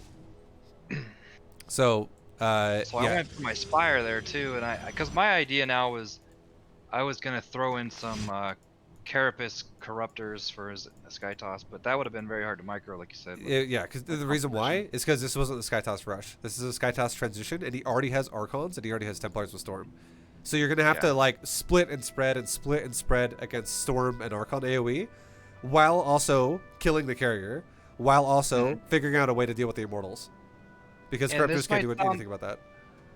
Okay, this might sound a little bit diamond of me, but one thing that I'm pretty successful with, and I'm trying not to be, is I know you always say that a lot of these people in my leagues and this MMR range, we spam the Hydras and we'll try and end Sky Toss before it erupts, but I can get my upgrades right, and then actually I can confidently micro my Hydras and keep them pumping. Yeah. And I can do well. I can usually shut down a pretty decent Sky Toss with just Hydras and micro. I think Hydras are better than they used to be because they changed Sky Toss a little bit with Void Rays, and now it works a little different. Like Protoss, a lot of times go faster. The meta has shifted now to a point where it's not just like straight up rushing carriers and rushing a bunch of like Oracle or like a bunch of Phoenix entirely. A lot of times Protoss is like to follow up Sky Toss with super fast Templar and like Templar tech, so Archons and Storm. And if you go Corruptors and like super hard and heavy against a ground-based support Protoss that's not going full Sky Toss, but is only going partial Sky Toss to start, and then he eventually drops the ground army to go into full Sky Toss later. Yeah, Corruptors aren't as good against that. Corruptors only like are the best like initially against someone who just rushes the Stargate and just like skips ground altogether and goes straight Sky Toss. Yeah. So this is not lets that. me upgrade my Corruptors faster if I know that's coming too. Yeah. So Corruptor would not be the time right now, because even if you killed his air units and you made a bunch of Corruptors, how could you stop the Archons and the Immortals? Yeah. So Yeah, Hydras wouldn't was be the able right to call. match. Yeah, Hydras were the right call here. It's just at this point now, like you're taking a couple fights here for way too long. This is when I was studying to back up and stuff. And this all, I could repeat myself, but this all just comes back to the concept of push and pull. Like you want him to pull him somewhere, but when you pull him somewhere, you need to push him somewhere else. And if you don't do that, then the whole strategy falls apart.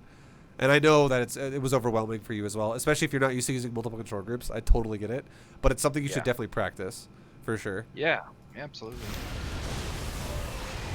And then from here, it kind of just spirals, I feel like, for you a bit. Yep. Snowballs here. Yeah. Because now he actually goes Sky Toss, and the army keeps growing for him. And it's like a very, very strong army. So we don't have a ton of time. Like, we're pretty late on time, but yeah, I would love to do one final game for you really fast if you want. If Zakis, if you still want to play, just give you like the example game I was talking about. And then for this, you could just save the replay, and you could have a live comparison as to what I think you should be going for. And it's not just against Zakis specifically; it's like against Protoss. Yeah, yeah. Sounds good. Oh yeah. Yo, Zoltude, thank you very much for the sub, dude. All right, I'll host up a game, and then yeah, definitely I would. So the only difference about this build is if you see a Protoss, does hold on, let me get him in the game, and then I'll give you the trick here. Yeah. Okay, so there's one juicy trick about reading a Protoss. If the Protoss player does not take a third base by like 5 minutes and 20 seconds, okay? Like 5:20. Yeah. Start making roaches. And like definitely try to scout more if you don't know what he's doing yet, but get ready to probably make more roaches because you're probably going to get all in. Like roaches and ravagers would be great. If the Protoss player has a third before 5 minutes, like if it's more standard or if it's really greedy, you can do the build I'm doing right now. Okay, great. Yeah, and I try to make sure I know when they build their third. This game, I I kind of flubbed up the scouting a little bit, but Yeah. usually, yeah, I keep my eye on both those third potentials. Yeah, like Roach Ravager is really good if you're gonna get all in, but like if you see a third early, you know you're not getting all in. Okay.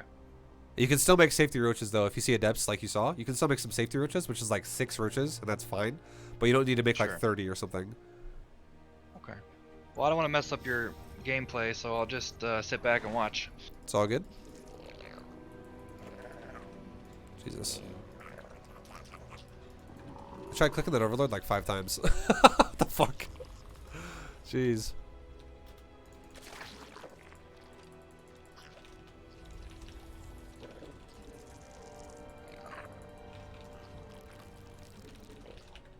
Alright, so we're going to be going for a 16 hatch, 18 gas, 17 pool. We'll be taking a drone off the mineral line at like 170, like right now, so we can get to their natural with roughly 300.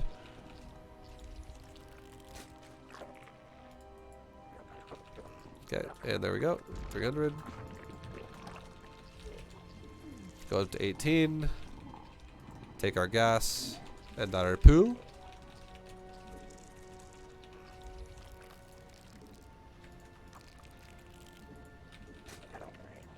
So every patch is already saturated with 2 drones as well. That's a huge thing to try to do yourself as well. Good thing to practice all the time. So you maximize minerals super early. And now we're never going to touch it again. It's going to stay that way for a while. Or we'll touch it later when I want to take that gas eventually. But for now, it's just going to be cranking minerals and uninterrupted for a while.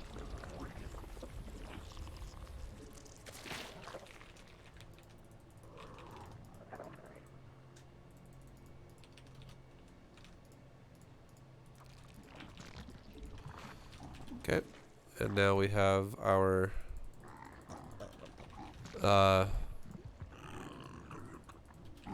you know, fully saturated main. Start to saturate our natural. Still making drones. And we made an overlord as well, but we're still making drones. I'm still not going to make lings. I'm going to do that thing we talked about, the trick with the gateway. So it's still not done yet with the core. I know I have plenty of time. I can calculate 20 seconds after the core finishes to know that's when I should be expecting a stalker or an adept. So it's 234, 235, 235. So around 240, I will probably be getting attacked by a stalker if it's a stalker. Rip off the gas with 2 of my drones. Still make drones. Should take a drone to my 3rd and go take it because I can afford it.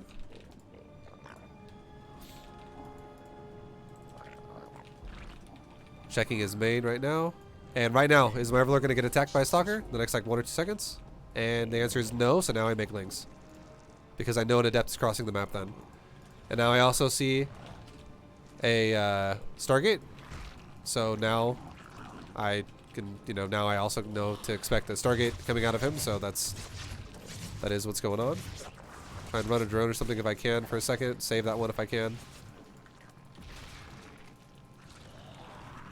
Okay, and that overlord now can just chill near the Stargate to see what builds out of it. So this is a huge deal too. It's an oracle first, which means I need spores fast. So now let's send a queen from my natural to my 3rd. I just made 2 energy uses with it, so that's done. Now let's make a spore crawler at both my natural and my 3rd because this is fast oracle gameplay here.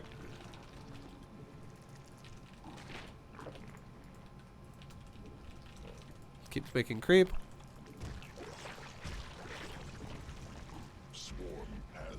We can kind of converge our overlords back into our base a bit so we don't lose all of our overlords in case whatever it is after, which I can see is a phoenix now out of my overlord. So I know this overlord's gonna die, but I'm just looking at everything he's doing with that build.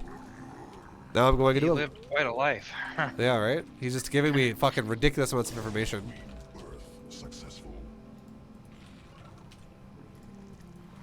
Now let's make more creep. Let's connect my bases at the bare minimum because that's going to be huge at defending all this crap.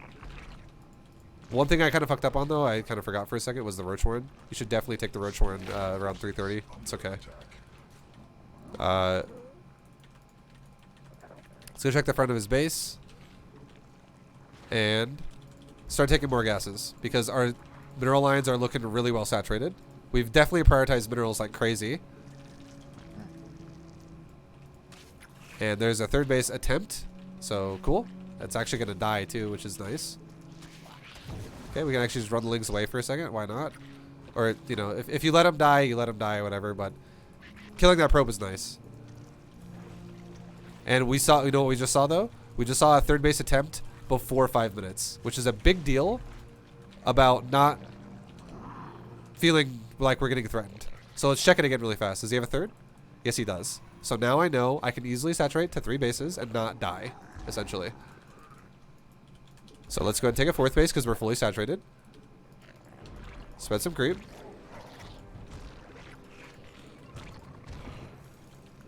Let's go ahead and make 2 more drones for my 3rd. Make some safety roaches just in case. We can make double evos because he's going air. And we want to go into carapace and weapons. Spend some creep whenever we can.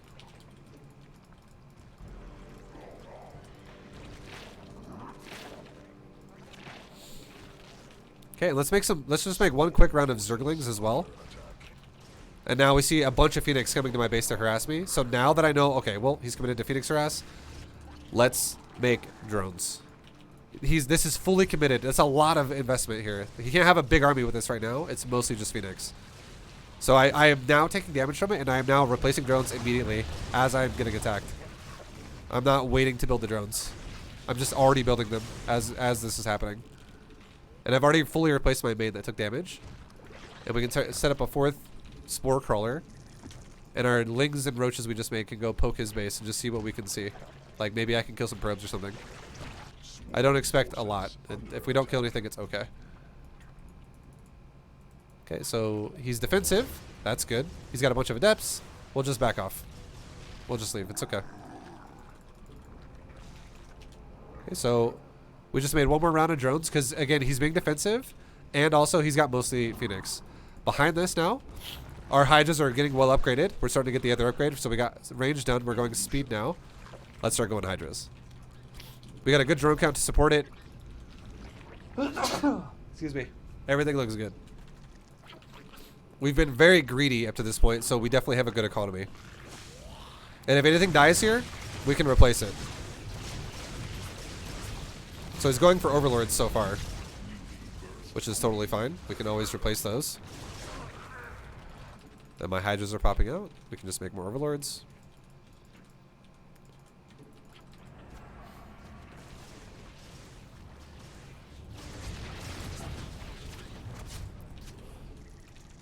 Take our gas at our 3rd. Successful.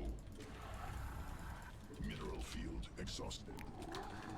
Okay, and we're getting ready to go to 2-2 upgrades, so let's also get ready to go to a hive. So we can go into 3-3 upgrades. Okay, he's going to this base. Let's go assist it with our Hydras. Maybe let's send like a Zergling around the map on both sides. Just so I like shift click the 1 ling out on both sides of my control group just to like go a move around and just see where his expansions are. And I am just making mass Hydras right now.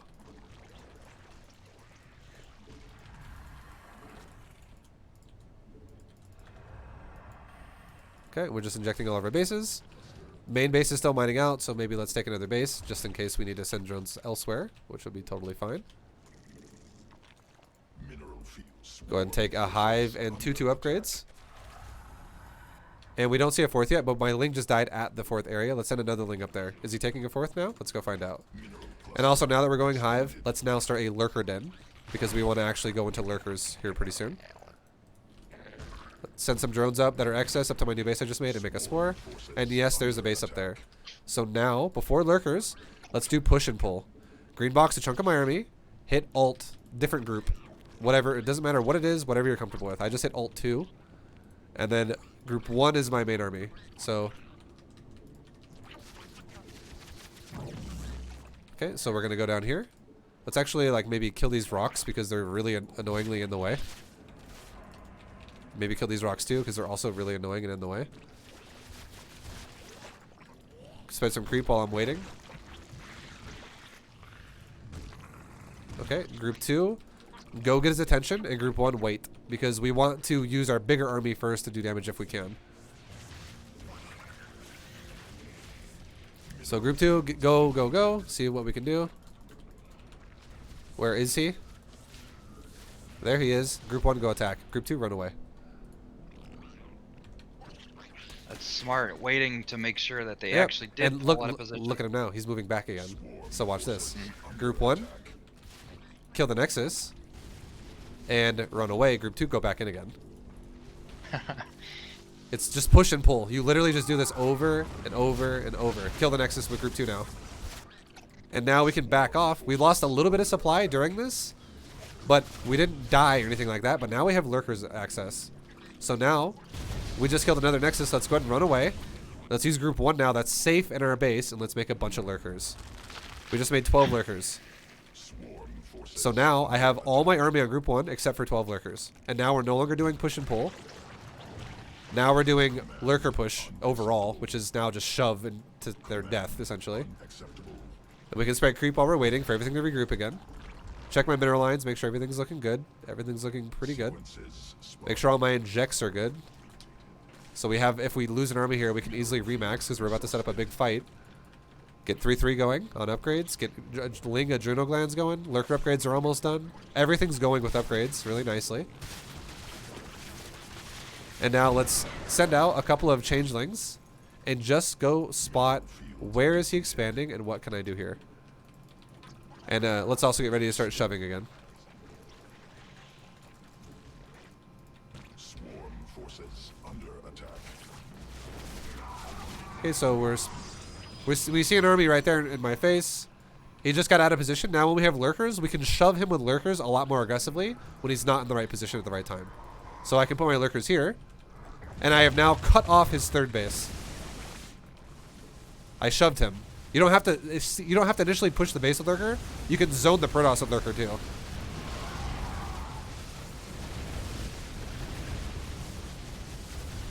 And now we just move this base.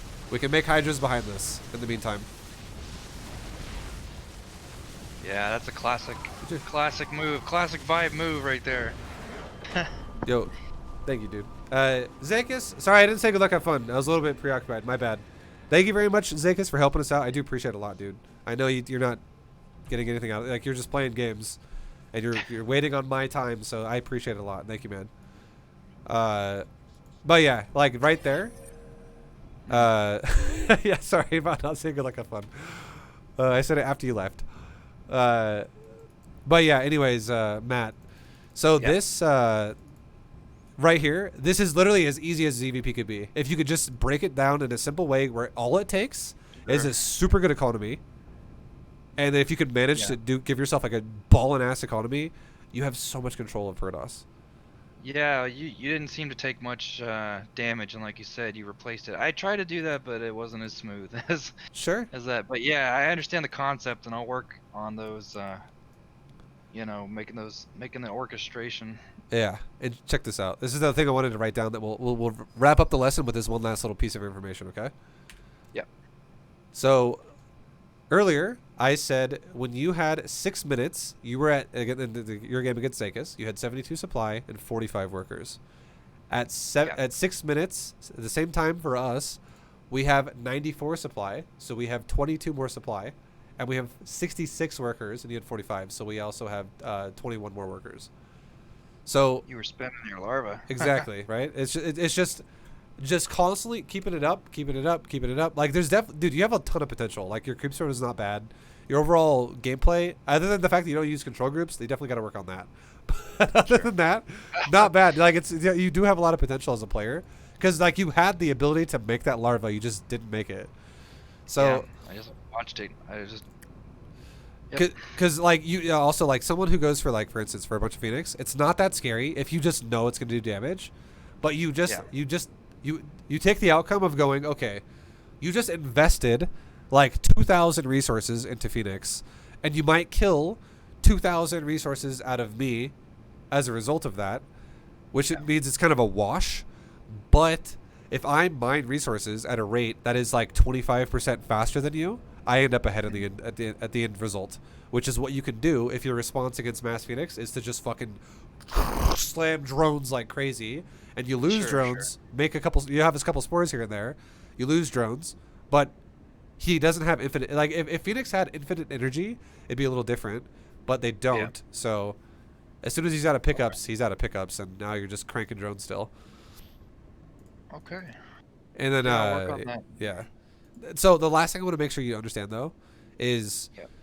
definitely try your best to scout. That third base timing of Protoss is key. That is like the golden key of that matchup. It tells you if you're going to get all in or not. Because no Protoss who's going to do some super like 7-gate or 8-gate heavy timing against you is going to be like, time to take a third base at 440. It's not going to happen. So if you see a third, you are very safe. Like you can still even Overlord scout if you need to, or like Overseer scout their main base or whatever, like get into their base and see their tech. But just know if you see a third base before 5 minutes, you are definitely fine. And if you see a third base between 5 minutes to 5:20, there is a very high chance you might get attacked. And if you see a third base after 5:20, there is a very high chance that there might not even be one, and you might just get all in by a 2-base all-inner. 5:20 is like the cutoff of like that probably could be 8 gateways. Yeah. Okay. And then like the goal overall is definitely to get to that drone count first, and then make your army. Yeah, I gotcha. Right. So yeah, I gotta make my mid game stronger, get my economy booming, and spend my larva. Yeah, man, for real, for sure, and that'll help you a ton. And just know that the whole like you could have like 6 roaches for safety, you could have like 10 lings for safety, and also scouting. And these things are you could make them every game for just fine, as long as you're making them at the right times of like. For instance, for Zerglings, you can make them after you have speed. You can make the other ones after you have speed, and that's totally fine. And for roaches, if you start the roach one at 3:30, you can make like the 6 roaches around like 4:20 or so. And then that would be like, you would have a good economy already at that point in the game, and you could easily afford 6 roaches if you're feeling threatened by what Protoss could do on the ground. Yeah, and usually it's just those adepts when they're going sky. Yeah, exactly. So if you feel like the adepts might attack you, make a few roaches and you'll be good to go. You can always make more if he goes crazy on it during the fight. Okay, I think I'm gonna just play a few games here in the next little bit, and I'm gonna focus on those things, and I might even slow down the things like my creep spread, only because I want to focus on, you know, the priorities, like which larva, as you always say, is like the golden rule. So yeah, and then incorporate everything later. I just got to get a few games of just grinding out the economy first and work it all in together later. All right, dude. Good shit. Good stuff. Hey, I got one last question. It's kind of a goofy question. It's might not be relevant, but when these people are lowering their graphic settings, does that improve their gameplay? It does if your frame drops. If you have if you have a computer that would actually have frame issues with like high graphic settings, and you're like losing FPS during a fight, I would definitely recommend lowering it down. Yeah, I don't even know if I do, but I have a pretty good 2020 gaming computer, so I think I'm at adequate technology, so I'm probably fine to look at. Because like for me, I don't lower mine. I see zero difference for me if I lower it or if I don't lower it to being able to play the game at a like faster pace or like being able to see things clearer. Okay. Yeah, and I bought this expensive ass computer. It's like, so I was like, I don't want to lower then my fucking graphics. use it, dude. Use it. Don't turn it down. Okay, I just no worries. want to check on that one, but that's it, man. I really appreciate all your time and your tips, and I'm gonna watch that replay over and keep my notes and try and get masters. All right, well, good luck. Take it easy, and dude, I'll see you around, and just let me know how it goes. I'd love to hear your escapades. I want to say thanks, Zekis, and thank you, ViBE. Yeah, shout out to Zekis as well for helping us with the lesson. Yeah, you guys rock. Appreciate it. All right, Matt. Well, I'll send you a VOD by probably tomorrow or maybe the day after with what we just talked about, and after I get it uploaded, and then you can rewatch this as many times as you like, dude. Excellent. Thank you so much. All right, take it easy, man. All right, you as well. Bye-bye. See ya. All right, guys. That's been a coaching lesson with Matt, our boy. Yeah. But thank you very much for doing it. Hope you guys enjoyed it as well. Also, thank you to everyone who supported the stream during it. I know I don't, sometimes I skip over it a lot because it's hard to fit in a bunch of thank yous while I'm in the middle of talking to someone with the coaching lesson. But thank you guys very much for all the support during the lesson. I'll thank you guys all individually in a minute here when I finish the video. But yeah, much love for watching the video, guys. I hope you liked it. I hope it helps Zerg players out there. I hope you guys find this informative. Protoss players get fucked. No, I'm just joking. Protoss players, go look at more stuff. I have plenty of Protoss videos out there. But I will see you guys in the next one. If you guys enjoyed it, go check out more. I have tons of videos like this on my YouTube channel. So until next time, take it easy. Good luck. Thank you for hanging out and watching. And I'll see you guys next time. Peace, everybody. See ya.